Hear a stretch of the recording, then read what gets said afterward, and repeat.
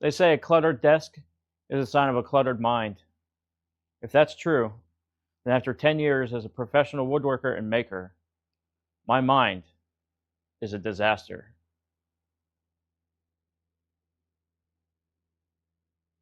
Yeah.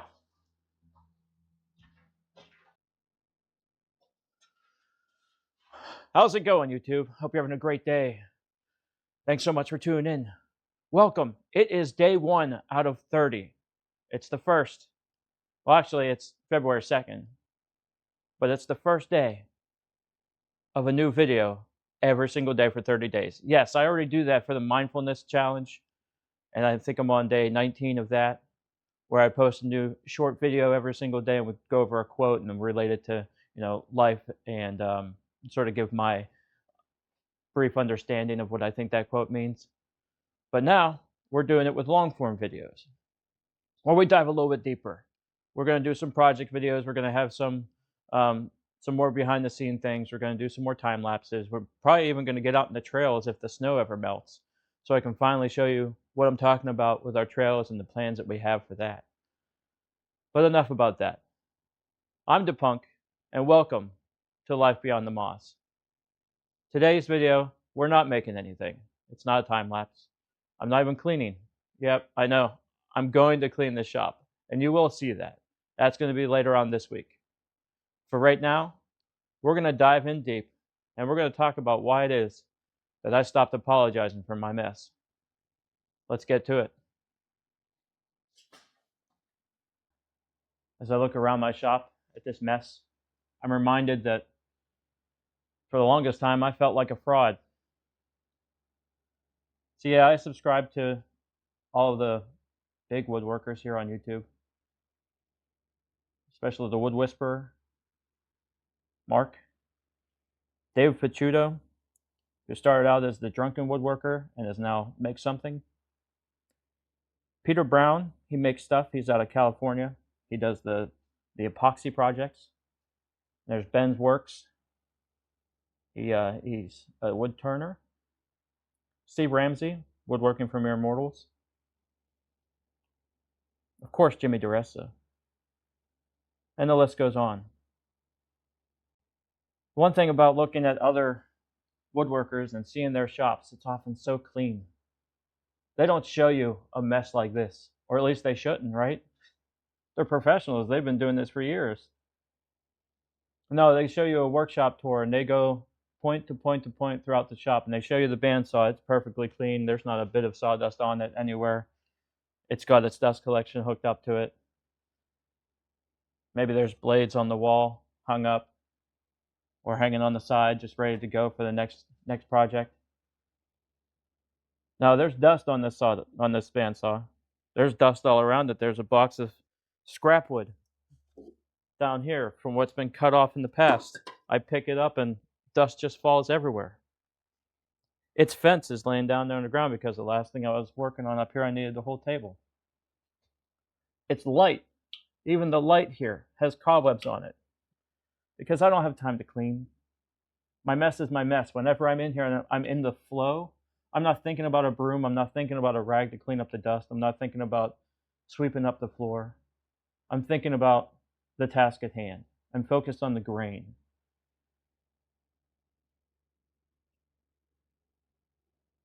And there's something else about when you're making things.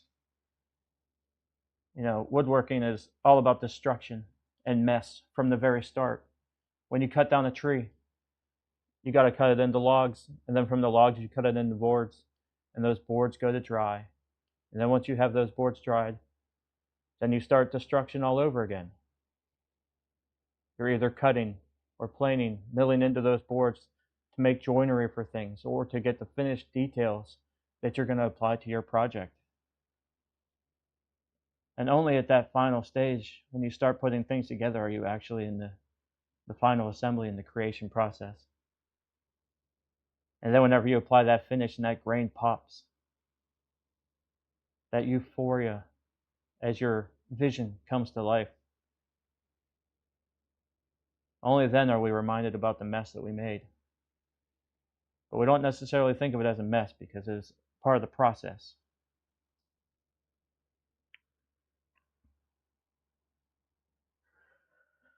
There's a specific kind of anxiety that comes with being perfect. When the shop is too clean, I'm afraid to make the first cut because I don't want to make a mess and I don't want to ruin the aesthetic.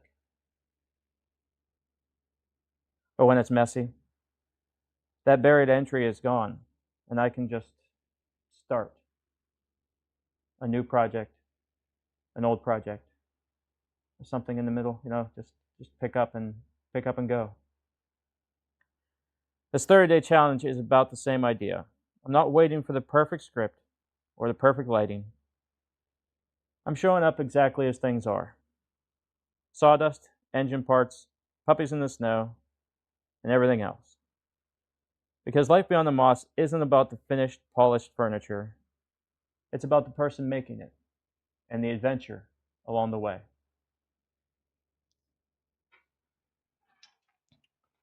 As we get ready to wrap up, I'll show you one bit of my mess that I leave here as a reminder, not of past failures, but a note to future successes. As constant as the stars above, always know that you are loved. This is a quote that my wife and I share. I love the wood, the way it looks with the branch coming off of it, the cherry just pops, everything about it, beautiful. And I thought it would look great with this quote. Before hitting engrave on the laser, I did not double check that right there, that it says the. I keep it because I really like how the board looks. And despite the quote being slightly off center and the definite typo, the grammatical error,